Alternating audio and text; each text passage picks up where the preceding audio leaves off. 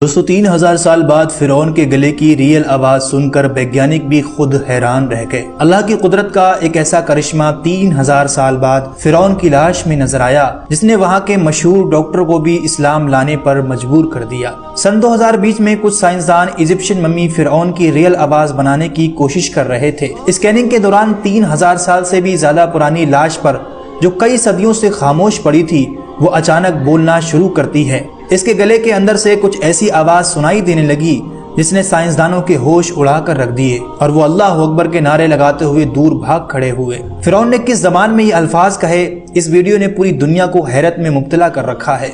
लिहाजा आपसे गुजारिश है कि इस मुआजिज़े को जानने के लिए इस वीडियो को एंड तक जरूर देखिएगा। दोस्तों, साइंसदानों के मुताबिक उन्होंने एक 3000 साल पुरानी मम्मी की दोबारा जिंदा होने की ख्वाहिश कुछ हद तक पूरी कर दी है। ये तब मुमकिन हुआ जब उन्होंने इस पट्टियों में बंदी लाश के गले की एक 3D आर्टिफिशियल शक्ल तैयार की और कंप्यूटर के जरिए इससे पैदा होने वाली आवाज की एक नकल तैयार कर ली। इस आवाज पर काम करने वाले साइंसदानों का कहना है कि अगरचे ये आवाज 3000 साल पुराने इजिप्शियन मम्मी की है, लेकिन ये आवाज उसकी असल आवाज नहीं है। उनका दावा है अगर वो जिंदा होता तो हूबहू इसी तरह बोलता। फिरौन की कौम बड़ी अक्लमंद थी। उनके पास ऐसी एडवांस टेक्नोलॉजी थी कि वो लाशों को मसाला लगाकर हमेशा के लिए महफूज कर लेते थे।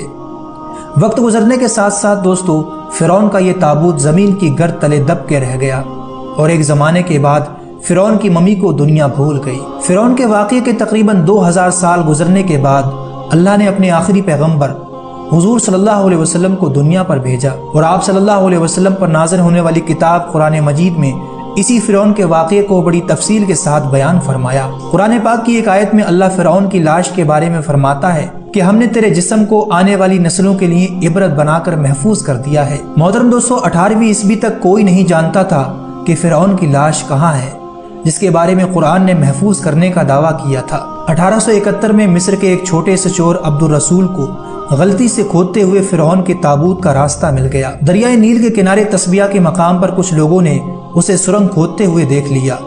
वहां के रहने वालों ने उसे पुलिस के हवाले कर दिया।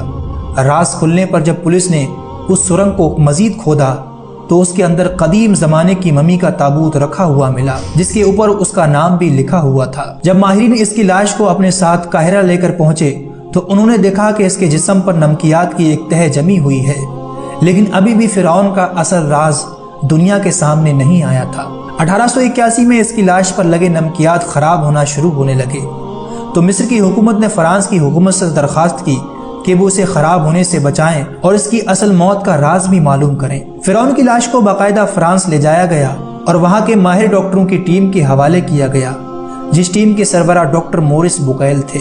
कई हफ्तों की रिसर्च करने के बाद डॉक्टर मोरिस की टीम को फिरौन की लाश में समंदरी नमक के जर्रात मिले और ये कंफर्म हो गया था कि इस लाश की मौत समंदर में डूब के मरने की वजह से हुई है, क्योंकि ऐसे नमकियात समंदर के अलावा किसी और जगह नहीं पाए जाते। डॉक्टर मोरिस के लिए बात बड़ी हैरान कुन थी। डॉक्टर मोरिस इस मम्मी के बारे में मजीद मालूमात जानने के लिए मिस्र चले गए, जहां वो एक सेमिनार में हिस्सा लेते हैं जहां बड़े बड़े साइंसदान मौजूद थे।